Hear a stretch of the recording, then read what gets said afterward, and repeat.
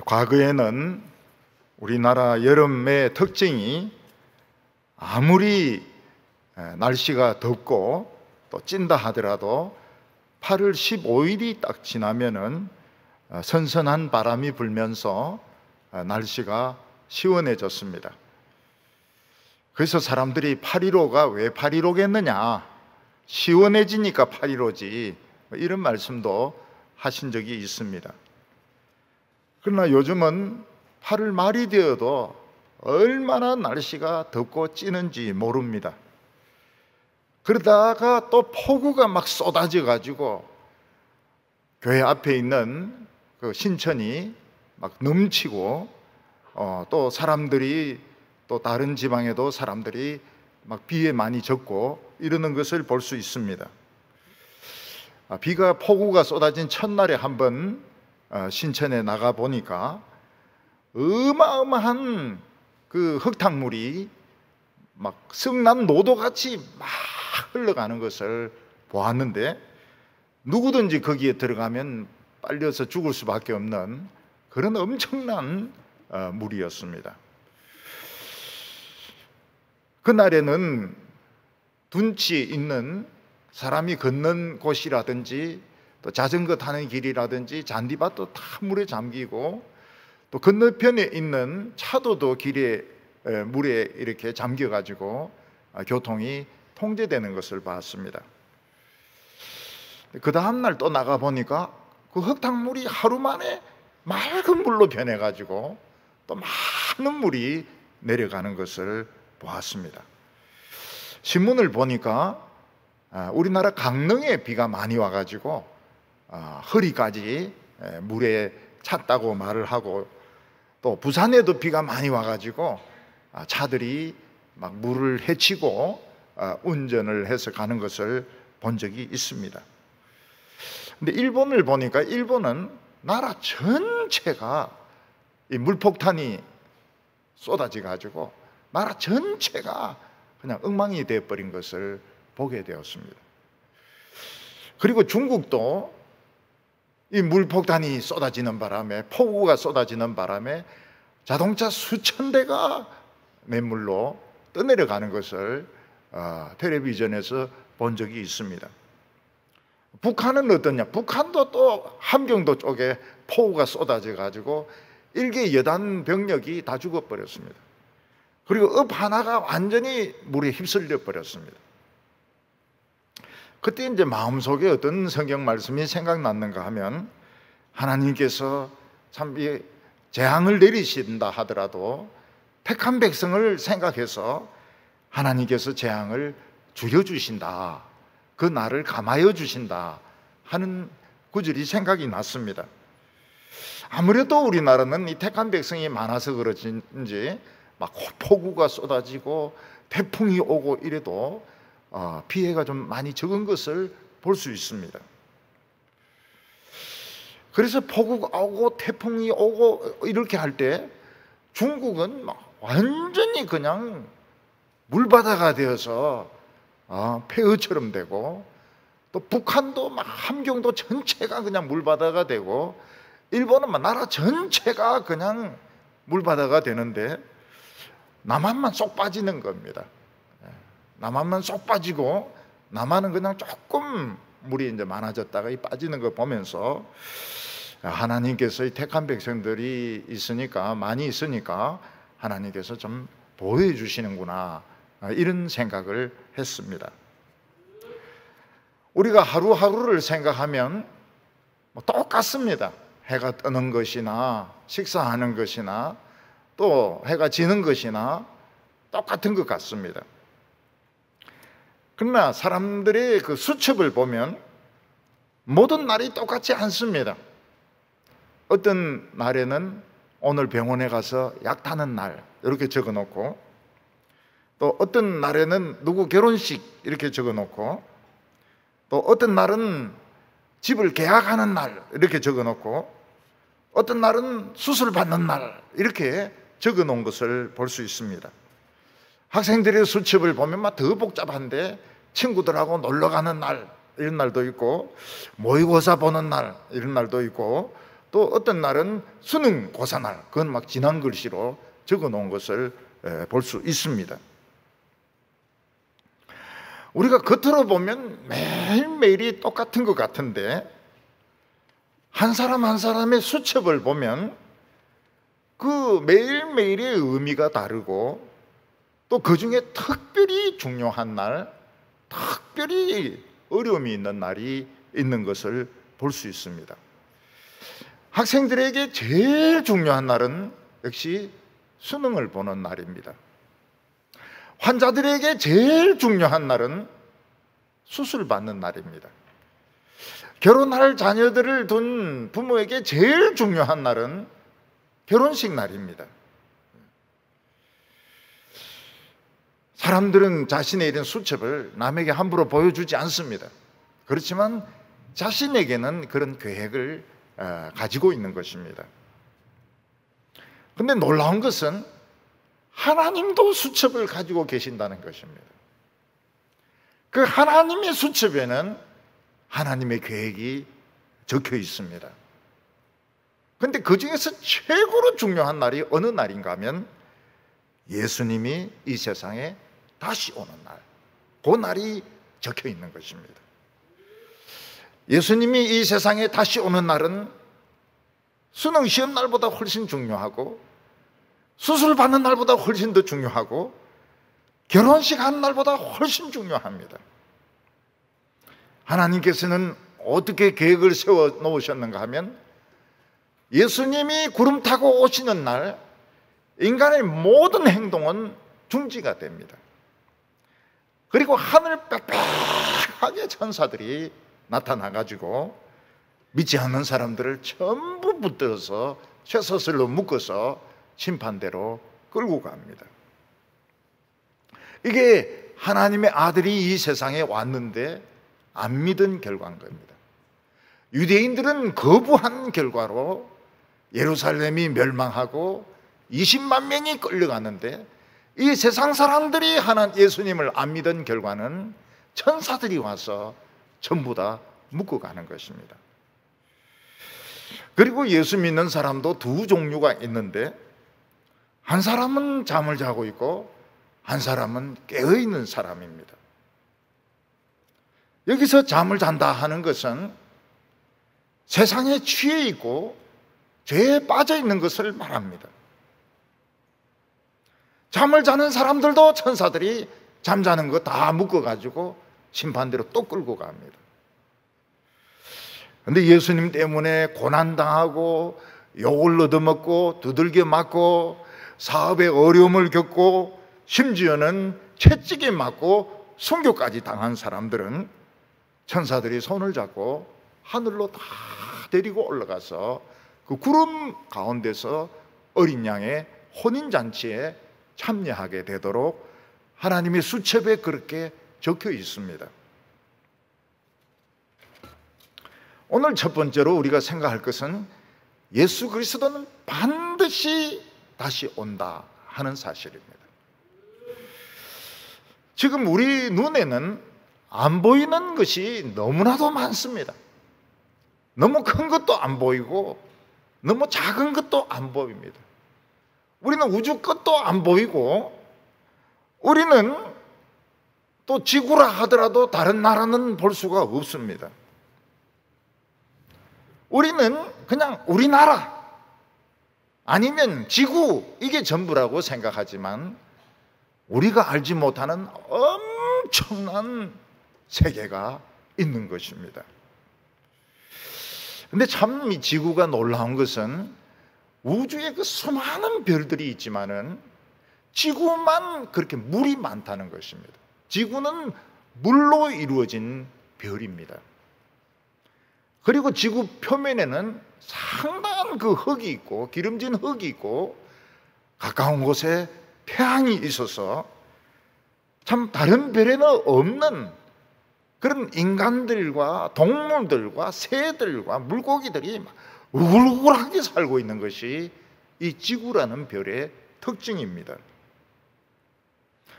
그런데 우리는 이 지구는 보고 우주의 일부는 보지만 하나님의 세계는 보지 못합니다.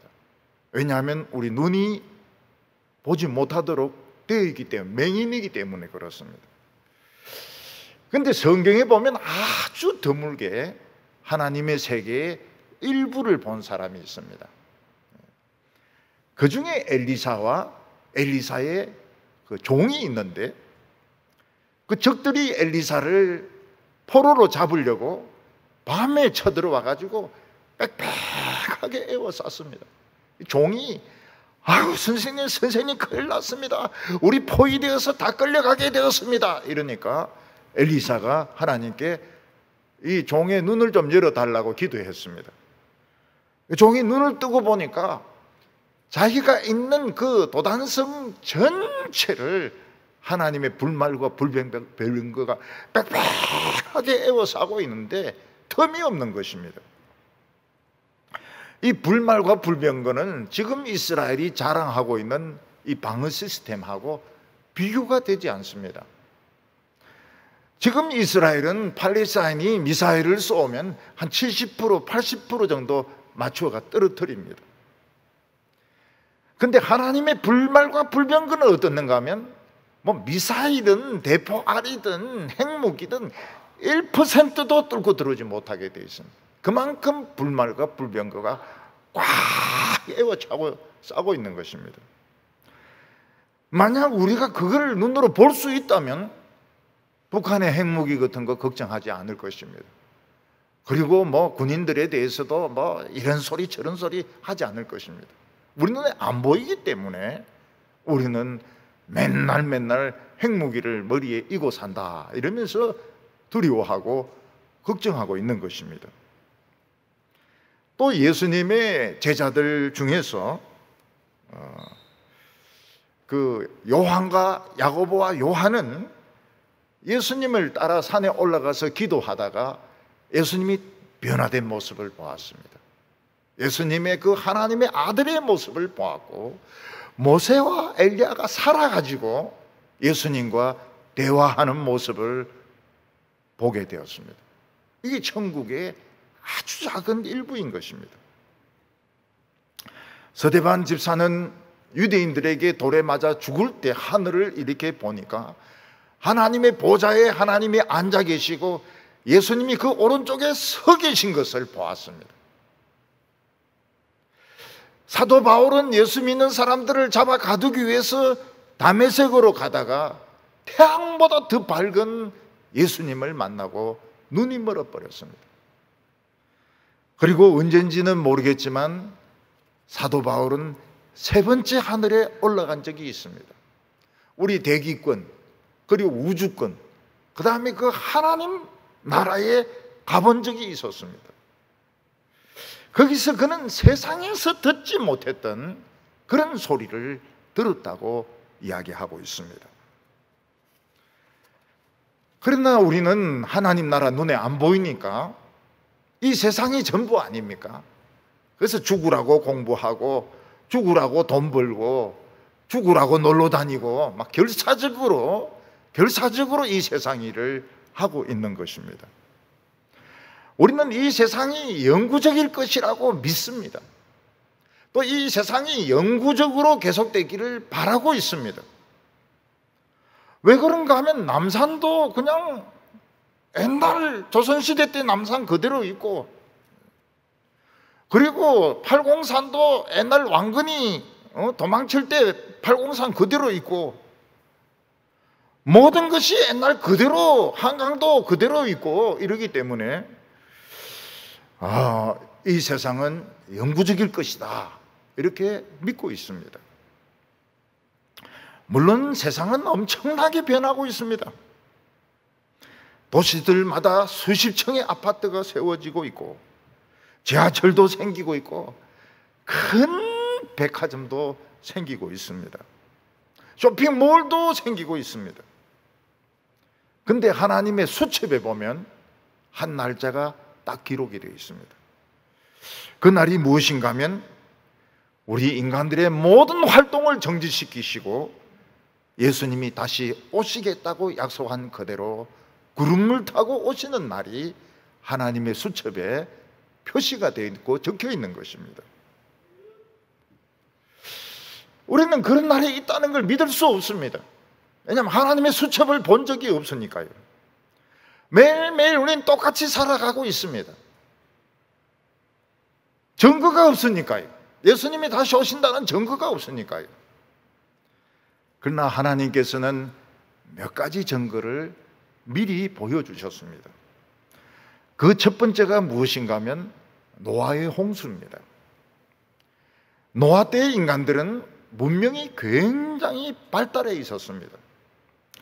그래서 인간들은 악기를 만들어서 연주하고 있었고, 철을 가지고 농기구나 무기를 만들어서 농사도 짓고 전쟁도 하고 있었습니다. 또 예쁜 여자들만 모여있는 사창가도 있었습니다. 그리고 사람들이 막 격투기를, 요즘처럼 격투기를 하는 그런 격투기 경기도 하고 있었습니다. 근데 하나님은 믿음을 가진 노아에게 큰 배를 만들라고 하면서 인간들이 너무 죄를 지어서 도저히 안 되겠다, 그렇게 말씀하셨습니다. 하나님의 수첩에는 어떻게 되어 있습니까? 노아의 홍수 내리는 날, 이렇게 적혀 있었던 것입니다. 노아는 100년에 걸쳐서 큰 배를 만들었습니다. 그 배는 엔진도 없고 노도 없고 돛도 없는 그냥 바지선입니다. 바지선, 3층으로 된 바지선을 만들었습니다. 사람들은 야 웃긴다, 저 배 가지고 어디 쓰려고 하냐, 노도 없고 닷도 없고 엔진도 없는데 어디 가려고 저러냐, 이러면서 조롱을 했습니다. 근데 배를 다 만들은 날 이상한 일이 일어났습니다. 모든 동물들이 두 마리씩 이 배로 찾아오는 것입니다. 악어도 오고 하마도 오고 사자도 오고 새들도 오고, 모든 코로 숨쉬는 것들은 두 마리씩 전부 이 배를 찾아와서 안으로 들어가는 겁니다. 이상한 일이죠. 동물들은 왜 두 마리씩 들어갈까요? 그리고 나중에 노아도 들어가고 부인도 들어가고 자녀들과 며느리들도 들어갔습니다. 그리고 문이 딱 닫혔습니다. 사람들은 밖에서 막 배를 두들기면서 너희들 미쳤다고, 그 안에 답답한 데서 뭘 하고 있느냐고 아주 이 노아 영감이 망령이 들었다고 막 소리 지르고 웃고 비웃고 조롱하고 손가락질하고 그렇게 했습니다. 근데 7일이 딱 지난 후에 물폭탄이 쏟아지기 시작했습니다. 40일 동안 쏟아졌습니다. 그리고 이 세상에는 40일 동안 쓰나미가 몰려왔습니다. 그래서 코로 숨쉬는 모든 동물들, 모든 새들, 모든 곤충들 전부 다 죽었습니다. 그래서 높은 산에 올라가 보면 조개 화석이 있습니다. 그 옛날에 바다였다는 증거거든요.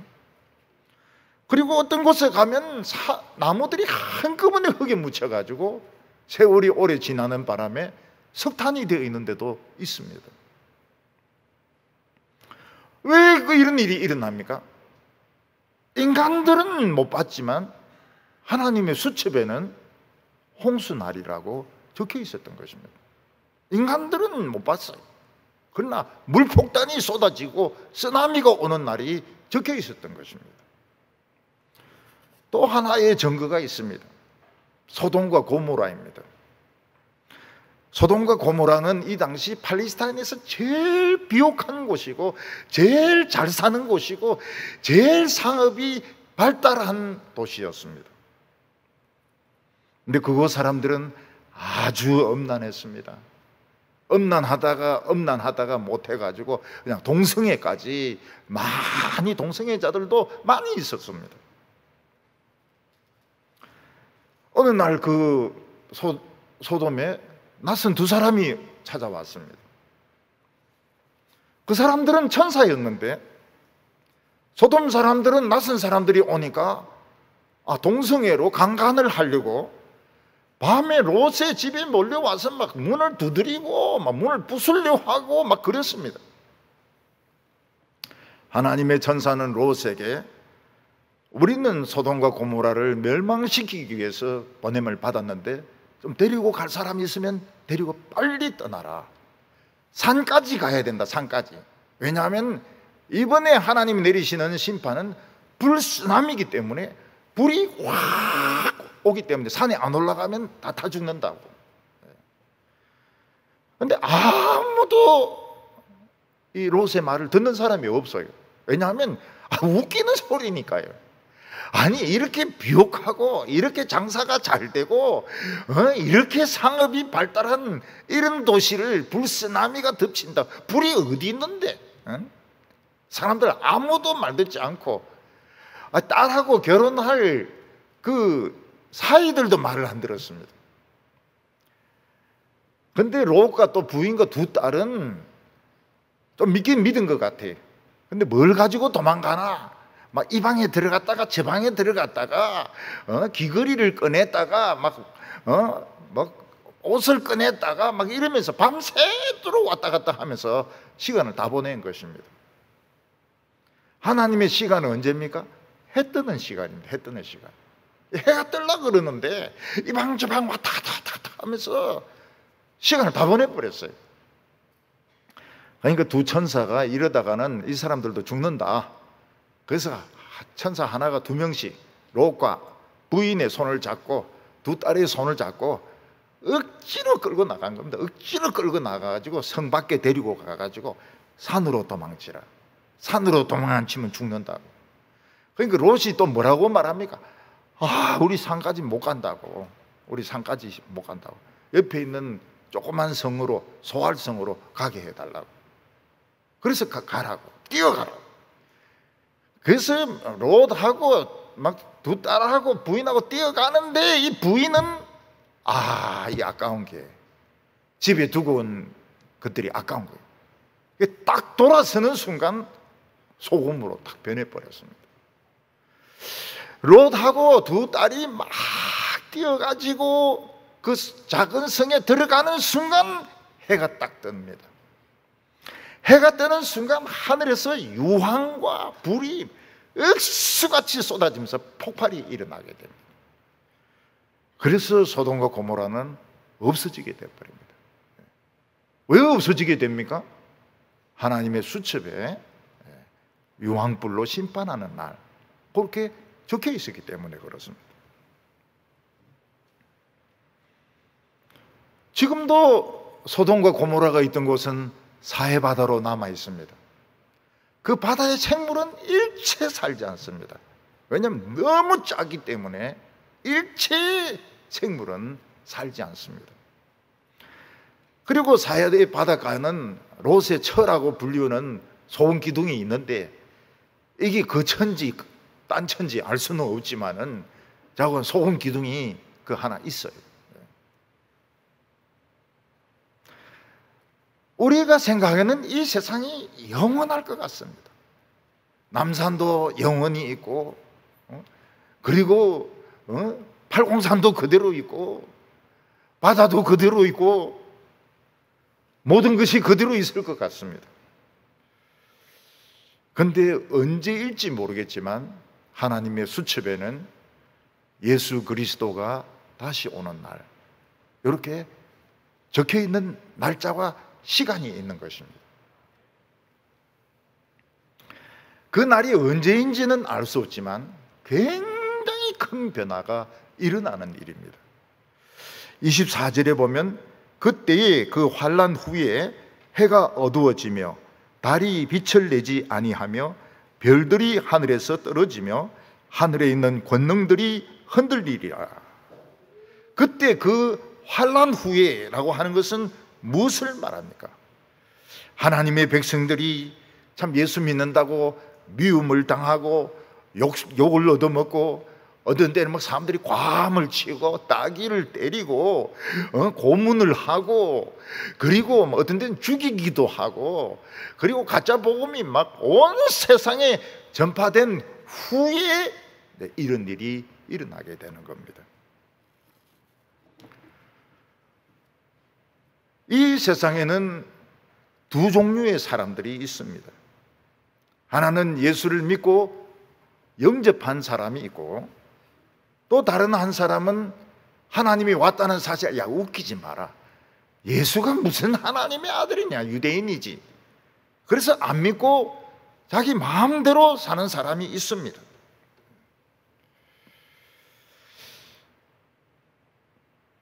근데 어떤 일이 일어나게 되면, 그날이 되면 태양이 없어져 버립니다. 태양이 있긴 있는데 불이 없어지는지 아니면 태양 자체가 없어지는지 모르겠지만 태양이 없어져 버립니다. 태양이 없어지니까 태양의 빛을 받아서 비추던 달도 없어지게 됩니다. 달도 있는데 빛을 못 내는지, 달 자체가 없어지는지 알 수 없지만 태양과 달이 없어집니다. 밤만 계속이 됩니다. 밤밖에 없어요. 그 다음에는 하늘에 있는 별들이 막 우주 바닥으로 막 추락을 하게 돼요. 별똥들이, 엄청난 수억 개의 별들이 이 우주 바닥으로 떨어지게 됩니다. 지구는 밤만 있고 별들은 바닥으로 떨어지고, 근데 몇 개는 지구하고 충돌합니다. 별들이 지구하고 충돌하면 어떤 일? 원자폭탄 100만 개 터진 혈액이 나타나서 지진이 일어나게 돼요. 땅이 갈라져 버리게 됩니다. 근데 거기서 이제 마그마가 막 올라오게 되는 것이죠. 그리고 별들 중에서 일부는 바다에 떨어지는데, 바다에 떨어지도 이게 핵폭탄에 100만 쓰나미가 그냥 육지로 막 올라오게 됩니다. 건물들은 다 무너집니다. 지진으로 무너집니다. 그래서 인간들은 어디로 가야 될지 몰라서 일로 뛰고 절로 뛰고 막 높은 곳을 향하여 막 올라가는데, 높은 곳에도 지진 때문에 땅이 갈라져 가지고 막 불덩어리가 막 흘러나오고, 밑에서는 이 쓰나미가 막 쳐올라오고 지진은 일어나고 별들은 막 떨어지고. 근데 이런 날짜가, 우주가 파괴되는 날이 적혀 있는 것입니다. 자동차를 폐차시키는 날이 있듯이, 자동차 폐차시키면 어떻게 합니까? 그 큰 기계 안에 넣어가지고 막 그냥 납작 눌려버리면은 그냥 양철판처럼 돼버립니다. 전부 자동차 전체가 막 눌려가지고. 그런 식으로 지구가 파괴될 날이 하나님의 수첩에는 적혀 있는 것입니다. 인간들은 이제 비행기를 타고 하늘로 도망가야 되는데, 도망칠 수 없는 것이 하늘에 빽빽하게 천사들이, 천군 천사들이 지키고 있습니다. 평소에는 천사가 하나도 없는 것 같았는데 수백만, 수천만의 천사들이 하늘을 꽉 채우고 있습니다. 하나님이 출동하라고 명령했기 때문에. 그때 보좌 우편에 앉아 계시던 그리스도께서 구름을 타고 이 지구로 다시 나타나게 되시는 겁니다. 예수님이 부활하신 뒤에 제자들이 보고 있는 앞에서 쓱 하늘로 풍선이 올라가듯이 쓱 이렇게 올라갔습니다. 그때 제자들이 너무 놀라고 너무 참 충격을 받아가지고 그냥 멍하게 예수님 올라가는 것을 쳐다보고 있기만 했습니다. 그때 천사가 옆에 섰다가 뭐라고 말하는가 하면, 갈릴리 사람들아, 어찌하여 하늘만 쳐다보느냐? 너희 가운데서 올려가신 이 예수는 올라간 그대로 다시 오시리라. 그리고 오늘 본문 31절에 예수님은 천지는 없어지겠지만, 팔공산과 남산과 백두산은 없어지겠지만, 일본의 후지산은 없어지겠지만, 킬리만자로 산은 없어지겠지만은 내 말은 없어지지 않을 것이라고 말씀하셨습니다. 예수님은 틀림없이 언젠가는 오시게 되어 있습니다. 하나님의 수첩에 그렇게 적혀 있습니다. 그래서 이 지구와 우주는 큰 숙제를 하나 가지고 있습니다. 그게 무엇인가 하면 바로 예수님의 약속대로, 하나님의 약속대로 그리스도께서 다시 오시는 날입니다. 그날 인간들의 모든 활동은 정지됩니다. 공장에서 일하던 사람도 동작 그만이고, 학교에서 공부하던 학생들도 동작 그만이고, 국회에서 핏대 올리면서 막 질의응답하던 의원들도 동작 그만이고, 막 총 가지고 막 사람 죽이던 이 탈레반도 동작 그만이고, 이번에 코로나 오니까 막 학교가 다 마비돼 버리잖아요. 아이들이 학교를 안 가잖아요. 학교를 안 가요. 갔다가도 한 명이 확진자 있으니까 다 와버리잖아요. 그때 천사장이 나팔을 불면서 큰 소리로 이야기하는데, 온 세상 사람들아 다 나와서 그리스도의 심판을 받으라, 그 소리를 막 그냥 하늘에서 막 큰 소리를 지르는 것입니다. 그때 인간들은 성경이 맞았구나, 사람들이 막 성경에 예수가 다시 온다 이래서 막 웃기는 소리 하지 말라고 내가 조롱했는데, 성경이 맞았구나, 막 가슴을 찢으면서 애통을 합니다. 어떤 사람은 이럴 줄 알았으면 그냥 마누라가 교회 가자 이렇게 할 때 막 못 이기는 채 하면서 그냥 따라올 건데, 그냥 집에서 텔레비 보고 낚시하러 가고 말이지, 친구들하고 같이 술 마시다가 오늘 큰일 나게 되겠구나.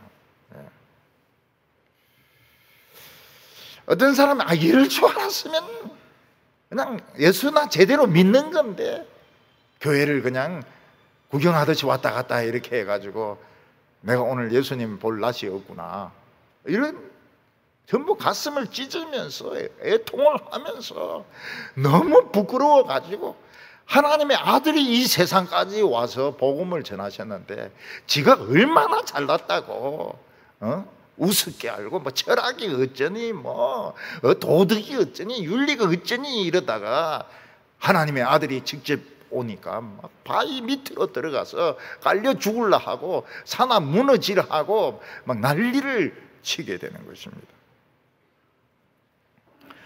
유대인들이 예수님을 거부한 결과는 예루살렘에서 110만 명이 죽고 20만 명에서 30만 명이 로마로 끌려가는 것이었습니다. 이 세상 모든 사람들이 예수님을 불신한 결과가 무엇인가 하면 이 지구가 파괴되는 것입니다. 그리고 그 인간들은 전부 쇠사슬에 묶여서 심판대로 끌려가서 그가 한 모든 짓에 대해서 낱낱이 자기 입으로 다 고백을 하게 되어 있습니다. 근데 예수 믿는 사람들은 어떻게 됩니까? 예수님이 천사를 보내어서 감옥에 있고 암병동에 있고, 그리고 막 박해를 받아서 진짜 가난한 동네에 있고, 채찍 자국이 있고, 막 너무 가난해가지고 일어설 힘이 없는 사람들 전부 손을 잡아가지고 예수님 앞으로 천사들이 다 끌고 가는 것입니다. 오늘 두 번째는 이 무화과 나무의 비유를 배우라는 것입니다. 우리는 모든 중요한 날짜를 다 기억할 수 없기 때문에 자기 그 달력에 적어 놓습니다. 병원에 가서 약 타는 날, 또 애들은 시험 보는 날, 그리고 병원에서 수술하는 날, 결혼식 하는 날. 결혼식 하는 날은 뭐 한 달 전부터 예식장을 확보해 놓고, 그리고 뭐 드레스나 예복 같은 거 준비하고, 음식 같은 거 준비하고, 오실 손님들 초청도 하고 뭐 그래야 될 것입니다. 근데 인류의 최고 중요한 이 마지막 날, 지구를 폐차시키는 이 날은 아무도 모릅니다. 하나님 수첩에 적혀있기 때문에, 하나님의 프라이버시이기 때문에 이날은 하나님 외에는 아무도 알 수가 없습니다. 그래서 32절에 보면 그날과 그때는 아무도 모르나니 하늘에 있는 천사도 아들도 모르고 아버지만 아시느니라. 예수님도 모르는 것이 있습니다. 예수님은 지신입니다. 예수님은 이 세상에 모르는 것이 없습니다. 그러나 예수님도 모르는 것이 있습니다. 아버지 수첩에 적혀있는 이 세상 마지막 그 시간과 때에 대해서는 예수님도 모릅니다. 예수님 모르는 게 있어요. 천사들도 아무도 모릅니다. 그래서 어떤 목사나 또 어떤 전도자들 가운데서 몇 년, 몇월, 며칠에 우리가 휴거할 것이고 예수님이 오실 거라고 막 떠들어대는 사람들은 엉터리고 가짜고 사기꾼입니다. 모릅니다. 아무도 몰라요.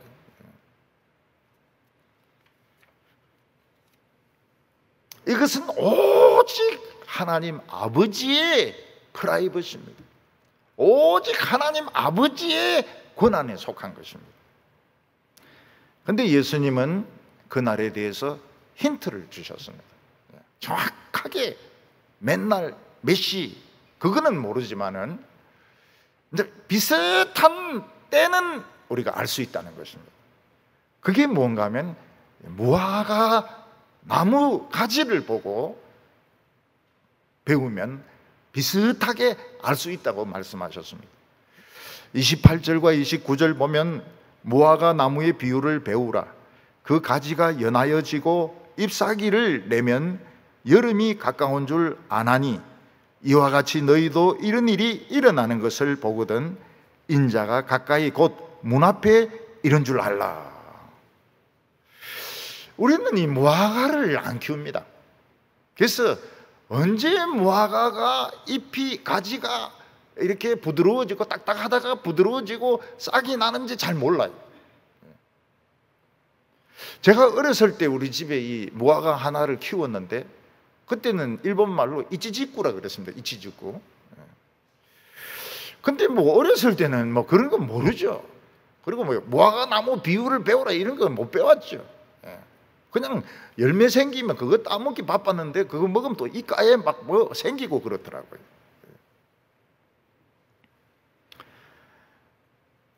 우리가 이 예수님의 말씀에 의지해서 보면 이스라엘은 봄이 거의 없었던 것 같아요. 봄이 추운 겨울이 계속되다가 갑자기 뜨거운 여름으로 그냥 넘어가 버리는 겁니다. 그래서 겨울에서 여름으로 넘어가는 것을 사람들은 모르고 있습니다. 모르고. 왜냐하면 봄이 거의 없기 때문에. 그래서 뭘 보고 이걸 확인하는가 하면 무화과 나무 가지가 좀 부드러워지고 싹이 나면 바로 봄입니다. 바로 봄. 바로 여름인 겁니다. 여름이 바로 오는 것입니다. 근데 요즘 우리나라도 지금 봄이 없어지고 있습니다. 봄이 없어지고 있어요. 그래서 막 겨울에 날씨가 막 서베리안이 북극 바람이니 막 춥다가 어느 날 갑자기 벚나무에 싹이 나기 시작하고 그리고 그 목련에 싹이 나기 시작합니다. 그냥 날씨는 아직 추운데도 벚나무에 싹이 나고 목련에 싹이 나요. 그리고는 며칠 지나면은 그냥 막 온 세상이 벚꽃 온 세상이 벚꽃 청지고 막 목련 청지고 저 강가에 가면 막 개나리가 막 피어 있고 근데 그게 한 일주일, 2주일밖에 안 가요. 비 오고 바람 불면 싹 다 떨어지는데 그럼 바로 여름입니다. 그래서 우리나라 이 기후가 지금 어떻게 변하고 있는가 하면 겨울, 그냥 여름이에요, 여름. 겨울에서 봄 조금 하고 그냥 여름이에요. 여름인데도 막 겨울같이 춥기도 하고 여름. 가을 조금 오는 것 같다가 바로 겨울로 넘어가 버립니다. 앞으로는 그렇게 될지 몰라요. 겨울, 여름, 겨울, 여름 이렇게 갈지 몰라요. 지금 봄하고 가을은 점점 짧아져요. 봄이 특히 짧아집니다. 그래서 벚꽃이 피면은 옷을 갈아입어야 돼요. 겨울 외투, 막 이 두꺼운 옷은 벗고 봄 옷으로 여름 옷을 준비해야 됩니다. 백화점은 벌써 여름 옷이 벌써 쫙 진열되어 있습니다. 벚꽃이 피기 전부터 쫙 여름 옷이 진열되어 있습니다. 또 여름인 것 같은데 갑자기 서리가 내리고 겨울이 와요. 그래서 뭐 호박 같은 거라든지 상추 같은 거, 가지, 미리, 고추 이런 거 미리 다 따놔야 됩니다. 고추입니까? 고추입니까? 고추 미리 다 따놔야 돼요. 벼도 막 미리 막 빼놔야 됩니다. 왜냐하면 바로 겨울이 오거든요. 겨울이 오면 또 막 서베리아 그리고 막 북극의 바람이 막 오기 시작하고 서리가 막 내리는 겁니다. 무화과를 봐라. 무화과 가지를 봐라. 근데 우리는 뭐 무화과가 없으니까 언제 주님이 오실지 알 수가 없지 않습니까? 또 무화과를 봐도 무화과가 뭔지 성경에는 일체 말을 안 하고 있습니다. 그래서 몰라요. 무화과를 앞에 놔놓고도 뭔지 모릅니다. 그래서 몇 가지 해석을 제가 드리겠습니다. 그 중에서 한번 뭐가 맞는지 한번 골라보세요. 그 첫째는 지금 예수님은 예루살렘의 그 멸망에 대해서 쭉 말씀하고 있기 때문에 이 무화과 가지가 연하여진다는 것은 예루살렘의 멸망, 유대인들의 멸망을 이야기한다. 그런 해석을 하는 학자들이 많이 있습니다. 예루살렘 성이 무너지고 유대인들이 망하는 것이 무화과 가지가 연해지는 것이다. 그리고 바로 뜨거운 여름이 온다. 이렇게 해석하는 학자들이 있어요. 많이 있어요. 두 번째, 로마서 9장에 보면 11장 사도 바울이 뭐라고 말했는가 하면 마지막 때가 되면 지금 유대인들이 안 믿잖아요. 메시아 아직 안 왔다고 그러잖아요. 그런데 마지막 때가 되면 유대인들이 많이 예수를 믿는다는 거예요. 그래서 유대인들이 많이 예수를 믿으면서 이제 이스라엘이 완성이 되는데 우리 이방인들하고 원래 믿던 이스라엘하고 유대교에서 개종한 이스라엘이 같이 이스라엘이 완성이 되는데 그 유대인들이 유대교를 버리고 예수 믿는 것이 이게 무화과다. 왜냐하면 무화과가 이스라엘의 꽃이니까. 근데 꽃인지 아니 우리가 무궁화가 우리나라 꽃은 맞긴 맞는데 이스라엘의 꽃이 무화과인지 그건 모르겠어요. 그리고 세 번째 해석은 뭔가 하면 지진이 많이 일어나고 그리고 민족과 민족이 막 싸울 때에 사람들은 세상 마지막이 다 되었다. 그래서 대만에 지진이 나고 뭐 터키에 지진이 나고 막 화산 폭발 일어나고 이러면 교인들은 주님이 오실 때가 다 돼가지고 지금 지진이 일어나고 있습니다. 민족과 민족이 막 싸우고 있습니다. 탈레반들이 막 아프가니스탄 사람들 막 죽이고 있습니다.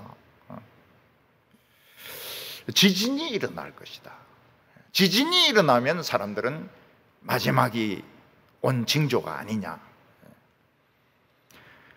또 어떤 사람들은 막 가짜 예수가 나타나서 막 가짜 복음을 막 그 전부 다니엘서하고 요한계시록만 가지고 이야기합니다. 그 해석이 애매한 부분만 가지고 이야기합니다. 그래서 막 신천지니 막 구천지니 뭐 이래가지고 막 나라를 막 굉장히 어지럽게 만들고 교인들도 막 뺏어 나가고 또 예수 믿는 사람들은 막 예수 믿는다고 욕을 얻어먹고 요새가 그렇습니다. 요새 막 사람들이 교회를 그렇게 욕을 하고 목사들 욕을 하고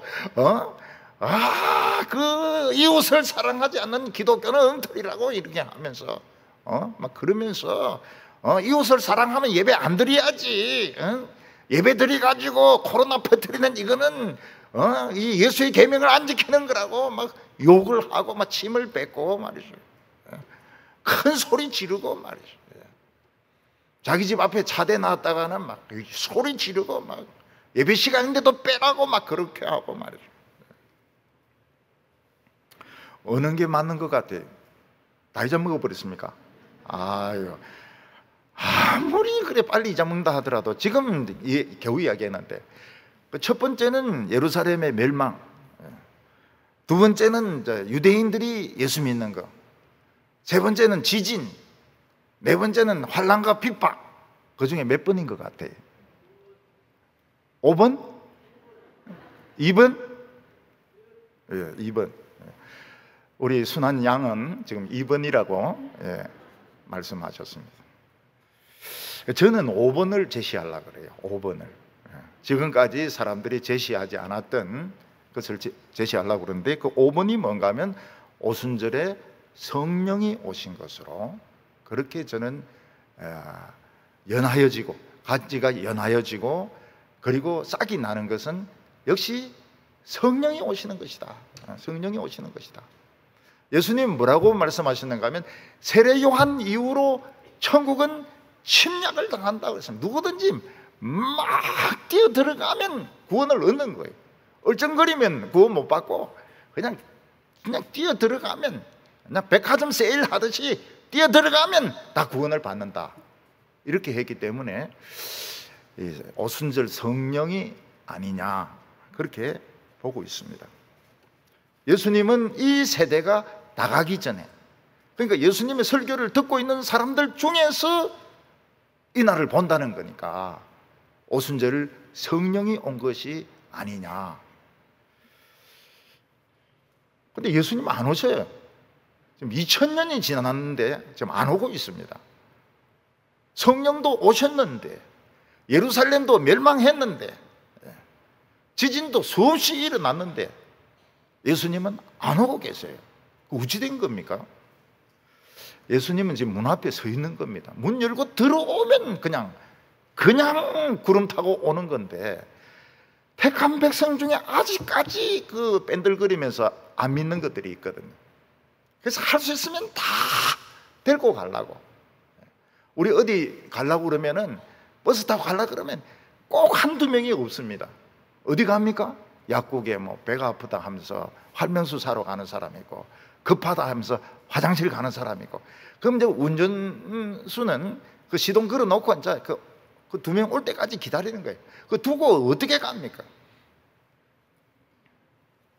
축구 경기도 다 마쳤는데 심판이 루스 타임을 줍니다.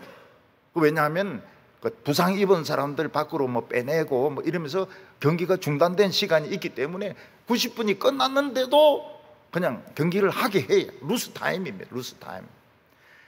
그때 누군가가 막 공을 막 그냥 몰고 가가 한 골 딱 넣어보면 이겨버리는 거예요.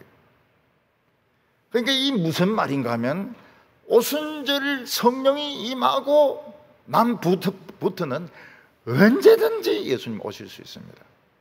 언제든지, anytime, 언제든지 오실 수 있어요. 루스 타임입니다. 루스 타임. 루스 타임이 무슨 2000년이나 됩니까?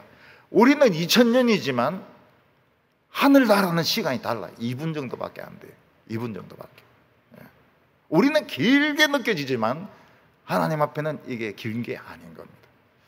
그래서 아직도 안 믿고 있는 사람을 누군가가 찾아서 전도해주면 문 빵 열고, 그리고 예수님은 구름 타고 오시고, 그리고 막 천사 나팔 불면서 세상 사람들아 와서 어린 양의 심판을 받으라, 그래서 소리를 지르게 되는 겁니다. 불과 몇 명, 불과 몇백 명, 아직 안 믿는 사람, 복음을 못 들은 사람들 때문에 그 문에 지금 서가 있는 거예요. 예수님은 성령이 오시고 난 뒤부터 문에 서가 있는 거예요. 아직 덜 찼다는 거예요. 천사들이 보고 가면 아직 덜 찼습니다. 아직 지금 화장실에 가 있는 사람이 있고, 약국에 가 있는 사람이 있고, 아직 안 온 사람이 있습니다. 그래서 지금 기다리고 계신 거예요.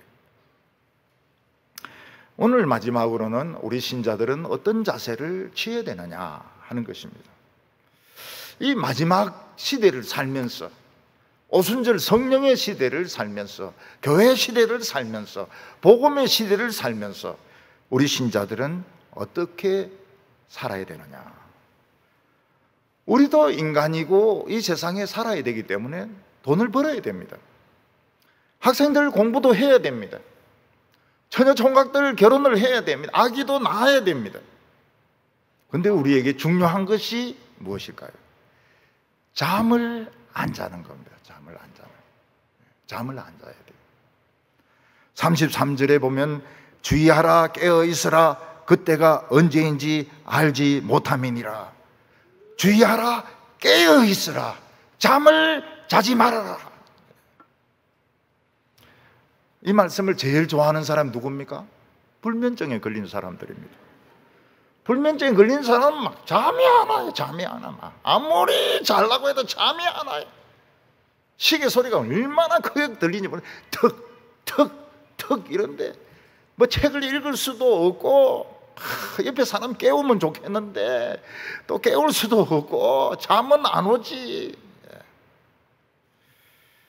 그러나 여기서 깨어 있으라는 것은 모든 교인들은 불면증에 걸리라 그 말은 아닙니다.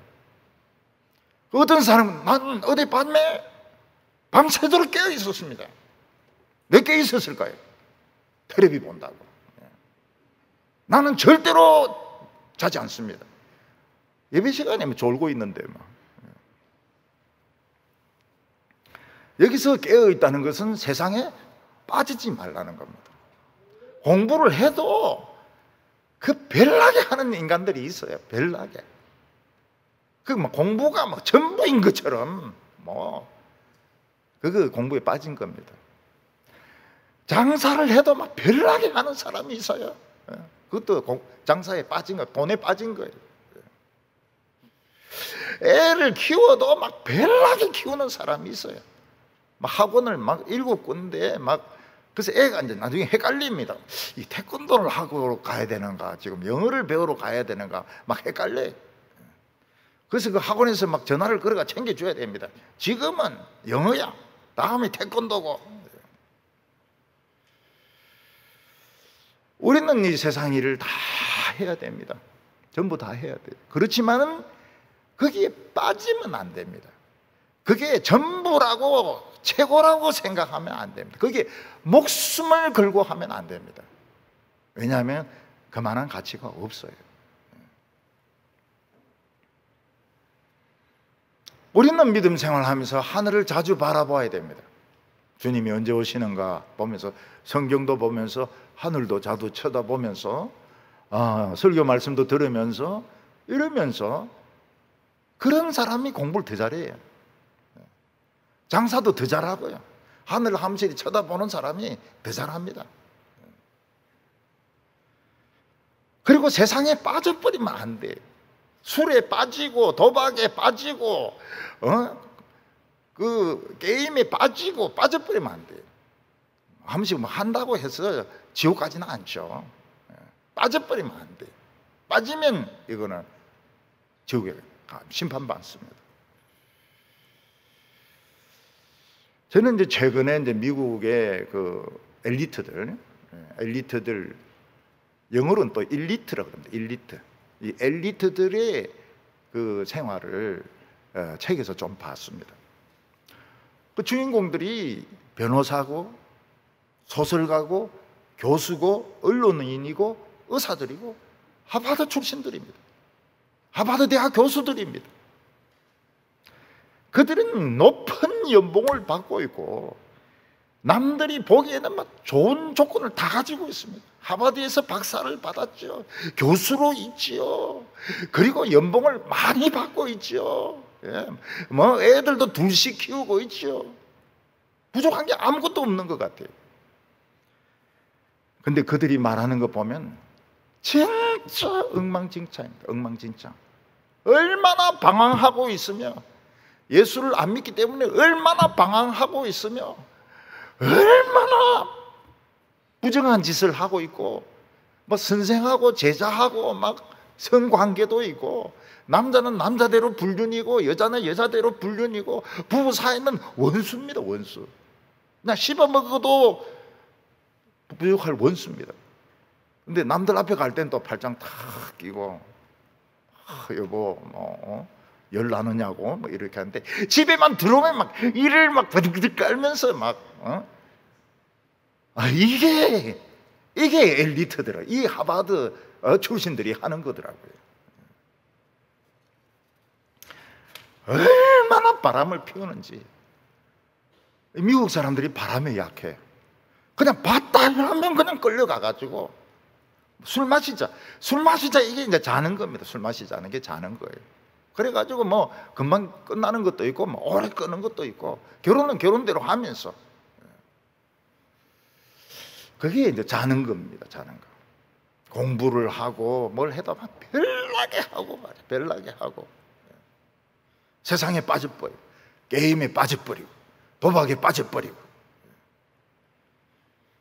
사람들이 겨울에 산에서 조난당하면 졸음이 막 옵니다.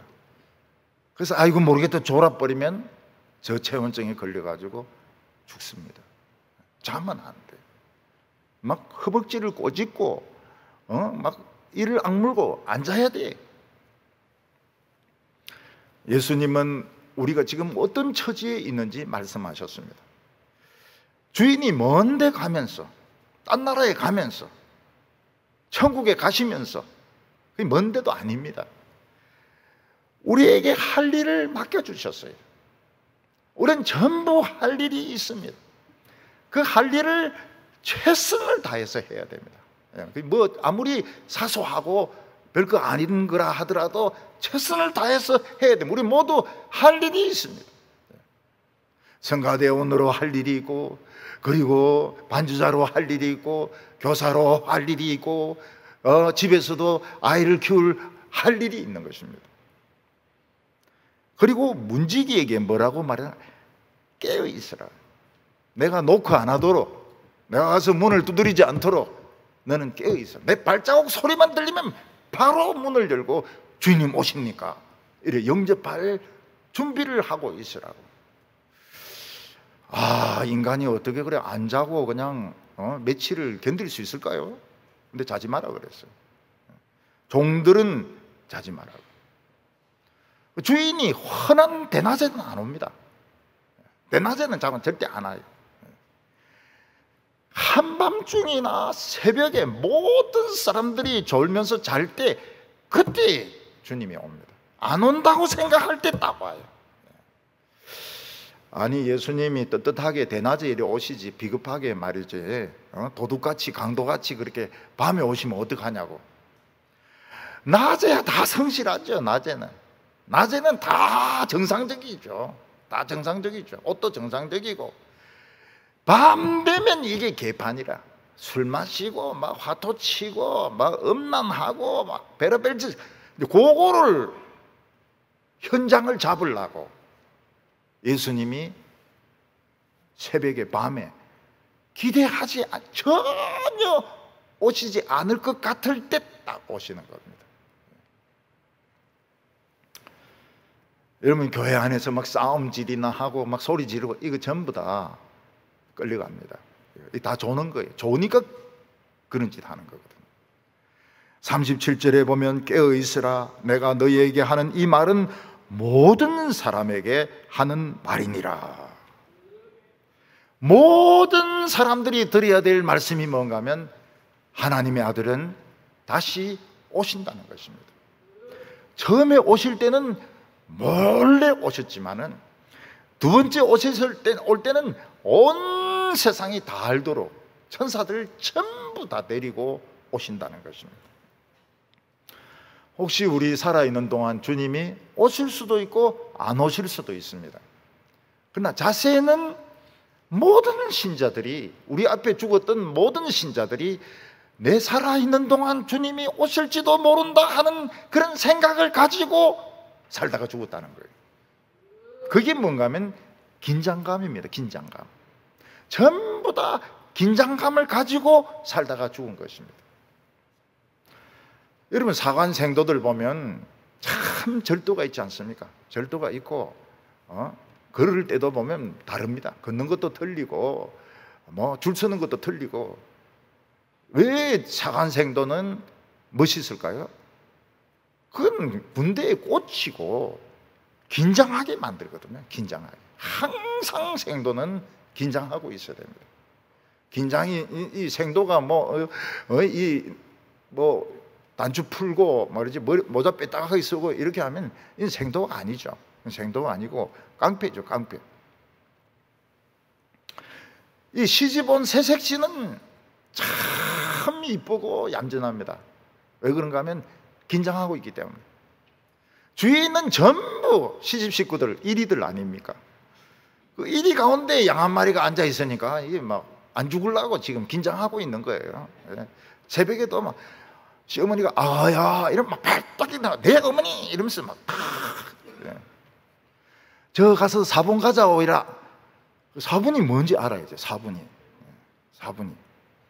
그래서 막 아무거나 막 이 꽃인가 보다 싶어 들고 오면 야는 사본 가져오라니까. 사본이 비누거든요. 비누. 그러니까 이 새색시는 항상 긴장하고 있어야 되는 거예요. 네 어머니 뭐 이래야지 막 중얼중얼 하면서 헛소리하고 뭐 방언하고 이랬다가는 너 집 가라. 너 집 가라. 쫓겨납니다. 크리스찬들이 아름다운 것은 항상 긴장하고 있기 때문입니다. 그 긴장을 놓친 신자들, 긴장을 놓친 목회자들은 이거는 자고 있는 겁니다. 자고 있는 거예요. 쓸모가 없어요. 쓸모가 없어요. 아무짝에도 쓸모가 없습니다. 예수님이 오신다, 심판받으러 오라 이러는데 막 술병 들고 지금은 안 됩니다. 지금 제가 술을 못 끊었습니다. 이러면은 또 이 쇠사슬로 묶여가지고 또 딴 데로 가야 돼요.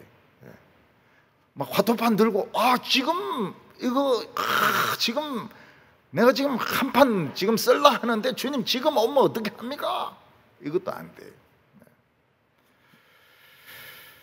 우리는 준비를 하고 있어야 됩니다. 자면 안 돼.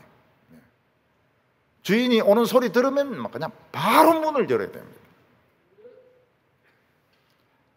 우리 인류와 지구와 우주가 기다리고 있는 큰 날이 있습니다. 사람들이 노아 때 같이 소돔과 고모라 때 같이 비웃을지 모르겠습니다. 그런데 하나님의 수첩에는 반드시 적혀 있습니다. 이 지구는 폐기될 겁니다. 지구 아무리 아름답게 만들고 그냥 빌딩을 만들고 이래도 결국 폐기 처분됩니다. 자동차도 마찬가지. 자동차도 아무리 인테리어 바꾸고 이래도 오래되면 그 폐차장에 가면은 큰 쇠 가운데 너가 막 찌그러져 가지고 그냥 고철로 그냥 넘겨버립니다. 지구도 폐기됩니다. 지구도 사랑해야죠. 사랑하기는 우리가 살아있는 동안 사랑하기는 사랑하지만은 영원한 지구, 영원한 대구 그런 소리 하면 안 돼요. 대구 이름 또 바뀔지 모르잖아요. 달구벌로. 우리는 주님의 말씀 무화과 지금은 루스 타임이구나. 지금 뛰어가서 한 골 넣어버리면은 이게 완전히 상타거든요. 그래서 시간 가면 갈수록 막 열심을 내시기를 바랍니다. 시간 가면 갈수록 뒤로 막 처지는 사람들이 있어요. 뒤로 막 처지면서 늙었다. 늙었다. 나는 은퇴했다. 그거 조는 건데요. 그거 좀 나중에 좀 곤란할 텐데요. 시간 가면 갈수록 열심을 내가지고 주님의 나를 사모하고 주님에게 이끌려서 천사들에 이끌려서 전부 어린 양의 혼인잔치에 참여하는 성도들 되시기를 바랍니다.